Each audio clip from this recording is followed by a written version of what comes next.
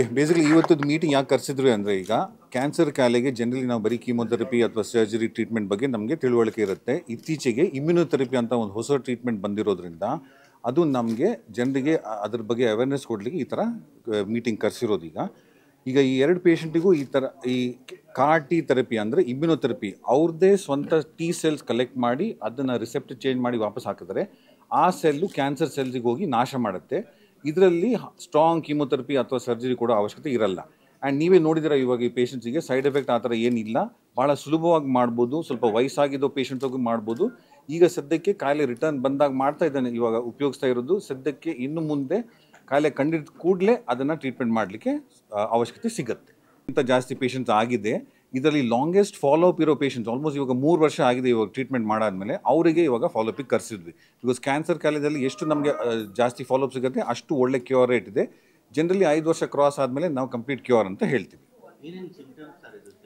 So lymphoma ಕಾಯಿಲೆದಲ್ಲಿ generally continuous ಜ್ವರ 2 ವಾರಕ್ಕಿಂತ ಜಾಸ್ತಿ, wait ಕಡಿಮೆ ಆಗೋದು, ಕೆಲವು ಜನರಿಗೆ ಗಡ್ಡೆ ಬೆಳೆದಿದ್ದು ಕೈಗೆ ಸಿಗೋದು, ಆ ಥರ ಎಲ್ಲ ಸಿಂಪ್ಟಮ್ಸ್ ಬಂದರೆ ಅದು ಲಿಂಫೋಮಾ ಅಂತ ಹೇಳ್ತೀವಿ.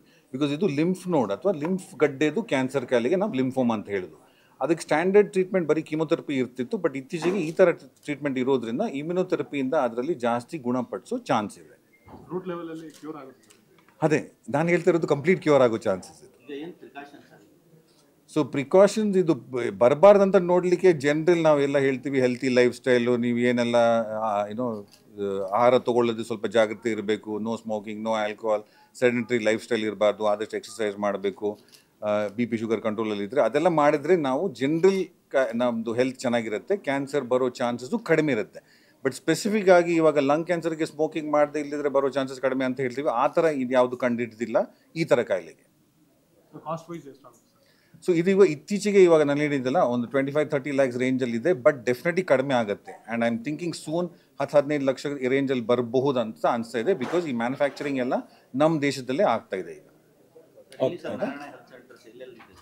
ಸೊ ಈಗ ಸದ್ಯಕ್ಕೆ ಮೇನ್ ಹಾಸ್ಪಿಟಲ್ ಇವಾಗ ಎಲೆಕ್ಟ್ರಾನಿಕ್ ಸಿಟಿನಲ್ಲಿ ಇರೋದು. ಬಟ್ ಟೋಟಲಿ ಇಂಡಿಯಾದಲ್ಲಿ ಒಂದು 34 ಹಾಸ್ಪಿಟಲ್ಸ್ ಇದೆ ಈಗ ಸದ್ಯಕ್ಕೆ ಎಲ್ಲ ಅಕ್ರಾಸ್ ದ ಕಂಟ್ರಿ.